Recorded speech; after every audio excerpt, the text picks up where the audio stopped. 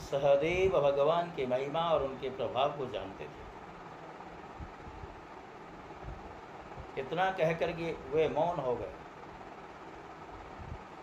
उस समय धर्मराज युधिष्ठिर की यज्ञ सभा में जितने भी पुरुष थे, सबने एक स्वर से सहदेव की बातों का अनुमोदन किया, समर्थन किया। धर्मराज युधिष्ठिर ने ब्राह्मणों की यह आज्ञा सुनकर तथा सभासदों का अभिप्राय जानकर बड़े आनंद से प्रेमाद्रेक के भाव से भगवान श्री कृष्ण की पूजा की। अपनी पत्नी, भाई, मंत्री और कुटुंबियों के साथ धर्मराज युधिष्ठिर ने बड़े प्रेम और आनंद से भगवान के पांव पखारे तथा उनके चरण कमलों का लोक पावन जल अपने सिर पर धारण किया। उन्होंने भगवान को पीली पीली रेशमी वस्त्र और बहुमूल्य आभूषण समर्पित। उस समय उनके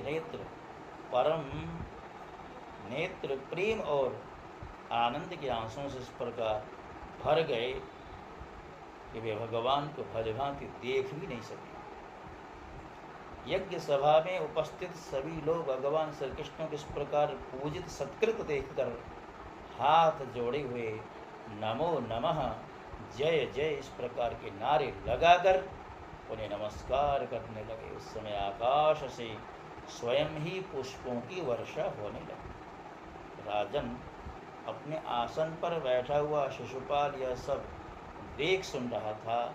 भगवान यज्ञ सभा में उपस्थित सभी लोग अर्थात यज्ञ सभा में उपस्थित सभी लोग भगवान श्री कृष्ण इस प्रकार पूजित सत्कृत देकर हाथ जोड़े हुए जो नमस्कार कर रहे थे, तो शिशुपाल को ये सहन नहीं हुआ। भगवान श्री कृष्ण के गुणों को सुनकर उसे क्रोध आया। अपने आसन से खड़ा हुआ, भरी सभा में हाथ उठाकर बड़ी असहिष्णुता किंतु निर्भयता के साथ भगवान को सुनाकर अत्यंत कठोर बातें कहने लगा। शिशुपाल कहता है, सभासदों, श्रुतियों का यह कहना सर्वथा सत्य है कि काल ही ईश्वर है।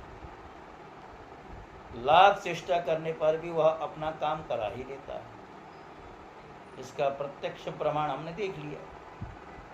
यहाँ बच्चों और मूर्खों की बात से बड़े बड़े वयोवृद्ध ज्ञान वृद्धों की बुद्धि भी चकरा गई। पर मैं मानता हूँ कि आप लोग अग्र पूजा के योग्य पात्र का निर्णय करने में सर्वथा समर्थ हैं, इसलिए ये सदसस्पतियों